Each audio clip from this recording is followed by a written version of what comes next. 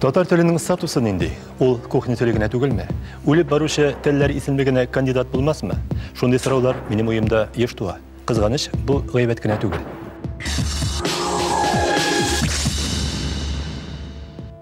Жылдар башында бір ұлы яштағы журналист абзыйның сөзлері мені тетренерге мәжбүр еткен еді. Ол татар тілі язушылар үшін генә керек. Алар иписіз қала, шуңа да алар шаңқағалар дейді. Бір нәрсеге керексіз тіл ол, деп әлең ағына армиядан қайтып ішлей башлаған егет білән бәхсләште. Бәлки, бұл абзый хақладыр. Әйбәт-ғайбәт студиясында бүгін шул хақта бәхәс қозғалтабыз. Исәннәрмесез, Илфат, бәлки татар тілі язучылар үшін дә кирәкмейдер. Татар язучыларның китапларын хәтта аларның үз балалары да укый алмаган очраклар да бар бит. Шынлапта татар тілі керекме бүгін? Татарша білу мәжбүриме? Әлбәттә, акча туплап кына ниндер үзенә тәмләрлекләр ашап, әйбәт машинада чабырагына, автогонкаларда, футбол тибәргә генә булган кешеләргә ул кирәк түгел. Татар теле әлбәттә кирәк. Минемчә, татарлар өчен ул кирәк, чөнки һәркем үз туган телен белергә тиеш. Татарстанлылар өчен татар телен белергә кирәк, чөнки беренчедән бу дәүләт теле, икенчедән яныңда яшәгән милләтнең, яныңда яшәгән кешенең телен белү бу әлеге милләтне, әлеге кешеләрне ихтирам итү. Үзебезгә шундый сорау бирәбез икән, димәк, тел бик авыр хәлдә. Димәк, бу проблема котышкыч көчле һәм бүген чынлап та бу мәсьәләгә сөйләшергә кирәк. Әлбәттә, тел кирәк, чөнки тел булмаса, милләт үлә. Бу тел авыр хәлдә икән, димәк, безнең милләт кризис хәлендә.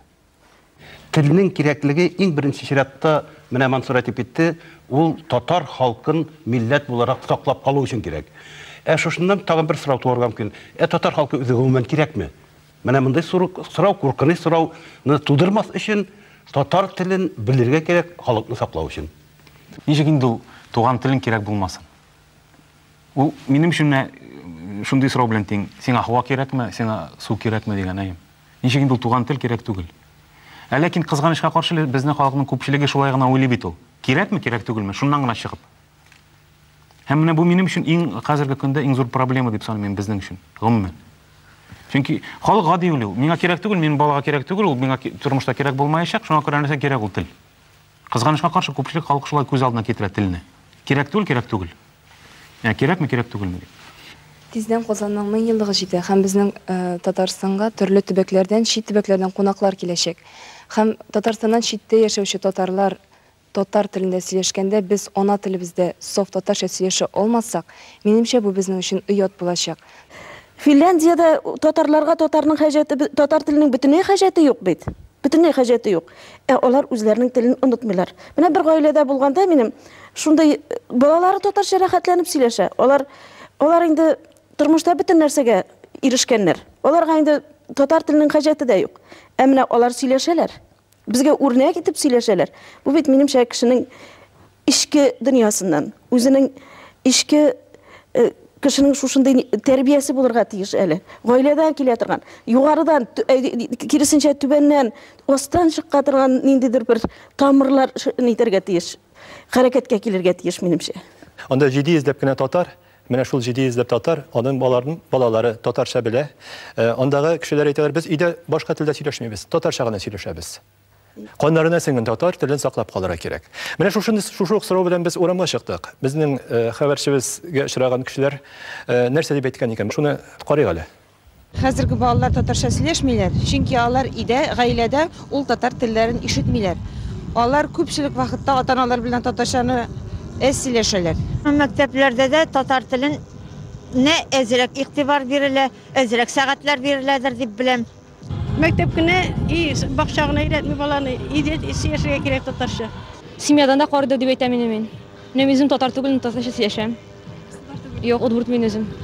Әгәр дә динебезгә кайтсак, монда проблема булмас дип уйлыйм мин. Күптән түгел Казанда Дәүләт университетының 200 еллыгы уңаеннан халыкара очрашулар, конференциялар узды. Аның берсендә профессор доктор Марк Кирхнер да катнашты. Ул Алманиянең Гиссен шәһәрендәге университетта Төрки телләре институтын җитәкли. Европа һәм төрки телләрдән 10-га якын тел белә. Казан урамында татарча сорау биреп, урысча җавап ишеткәч, ул гаҗәпкә калган. Әмма тел галименең әлеге ситуацияга үз мөнәсәбәте һәм бу ситуациядан чыгуга үз рецепты бар. Аның җавапларында тыңлыйк әле. Tatarstan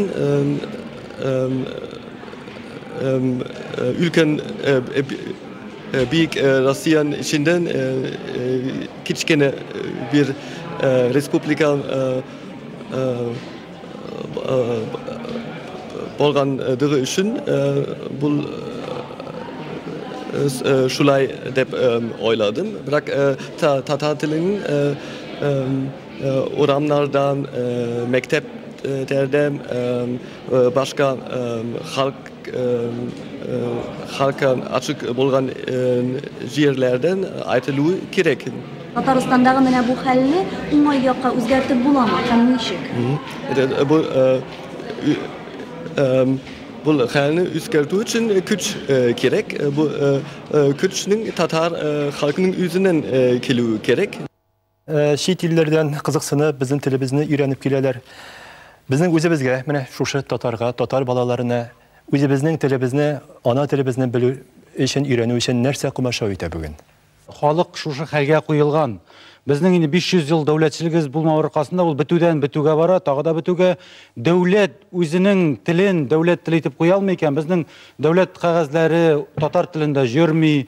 Аны дәүләт эшкә урнашканда дәүләт телен белгән кеше генә урнаша ала торган булса, чит илгә барып урнашсаң бит, шул илнең телен белмәсәң урнаша алмыйсың. Мәсәлән, шушындый әле дәүләтебез булмаганда да мөмкинлекләр 15-20 ел элек башланган мөмкинлекләр туган вакытта без йөзләрчә татар мәктәпләрен юри үзебез ачып куеп, дистәләрчә татар университетлары ачып, дистәләрчә театрлар ачкан булсак, аларның әзрәге жабылганда да без әле ныграк аякка басып кара аладык. Ләкин булар эшләнелмәде. Шул килеш калды. Алга барып булмый. Менә мин үзем шушы камера театры дип чәчләрем агарып бетте, сугышып йөри генә дә 6 ел вакыт үтеп китте. Инде иң зур кешедән алып, иң түбәненә кадәр башын иеп, нинди ялган юллар белән булса да кирип сөйләшеп карау булды. Ләкин бер нәрсә дә алга бармый. Шул вакытта кешене шушы хәлгә куелган, ул берни эшли алмый, ул мәҗбүр урысча сөйләшеп эш итә. Озын гомерле булмый, һәм алар ясалма килеп чыга. Нигә соң? Юк, монда күрсәтмә түгел, статус дигән әйбер. Дәүләт статусы булганда, дәүләтчелеге булганда гына без Мәскәү кушуы белән генә яши торган мискин бер төркем дип әйтергә була. Теге җәмәгать түгел, җәмәгатьчелек кенә. Татар теленең статусы бездә начар куелмаган, статусы бар, ләкин ул үтәлми. Карарларның үтәлмәве инде безнең әйтик дәүләт советыннан гына да тормый. Бу урыннардагы җирле властлардан да тора, гражданнарыбыздан да тора. Менә безнең латиницаны безнең кире кактылар. Шушы Конституцион суд кире какты. Шушында безнең гражданнарыбыздан бер кеше чыгып шуңар каршы килдеме? Юк, урамнарга да чыгу булмады, гомум хатлар язу да булмады. Шулай кирәк булган шикелле генә тора. Бу очракта гел властларга гына түгел, җәмәгатьчелекнең үзенә дә үпкәли белергә кирәк. Күңел тагын күбрәкне теләсә дә, барыбер дә статус җитәрлек. Әгәр дә шул статус гамәлгә куелса, чынлап торып, дөресендә татар теле тиешле югарылыкка күтәрелер иде. Менә ни өчен соң статусны гамәлгә кую өчен? Менә татар телен белү өчен ихтияҗ юк бездә. Татар теленә ихтияҗ юк. Стимул юк, значит, кызыксындыру юк. Немчә хакимиятләрнең генә яки җәмгыятьнең генә тирә-якны гына гаепләү дөрес түгелдер. Татар телене бетүдә беренче чиратта татарлар үзләре гаепле. Тәрбияне гаилә бирергә тиеш беренче чиратта. Халык арасында ялгыш караш та бар. Менә без 90-нчы еллар башында Арчадан күчтек Казанга. 2 яшьлек улым балалар бакчасына йөри башлады. Һәм анда тәрбиячеләр балагыз кеше белән аралаша алмас, кимсенер.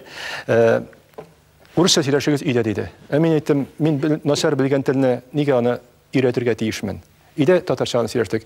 Улым атнауын көн эчендә башта җырмашлап, аннан соң бер ай эчендә татарча, урысчасын рәхәтләндереп сөйләшә башлады. Татар телен өйрәтүнең минемчә иң яхшы рецепты менә шул. Ул мәктәптә рус телен укый икән, балалар бакчасында рус телендә аралаша икән. Бер туктаусыз өйдә бала вакыты бала белән бер туктаусыз үз телендә татар телендә сөйләшеп барасың икән, бала чынлап та менә сез әйткән шикелле рус телендә татар телендә менә дигән әйтеп өйрәнеп китә. Менә монда дөрес булмады. Статус дигән әйбер ул татарлар гына, мискин татарлар гына татарча белергә дигән сүз түгел. Дәүләт булганда безнең бөтен проблем дәүләт булмау. Дәүләт булганда урыслар да, коля кебек татарча сөйләшергә тиеш дигән сүз. Урысчаны да без бит урысчаны беләбез. Нишләп алар? Менә Эстония бит көрәшә шуның өчен Прибалтика илләр, андагы яшәүче урыслар, урыс телле халыклар эстон телен мында латыш телен белергә тиеш дигән әйбер. Шуның кебек, әгәр дә безнең дәүләтебез булса, сорау шулай куелса, бездә яшәүче башка телле халыклар да татарча дәүләт теле булганда, урыс теле белән бергә татар телен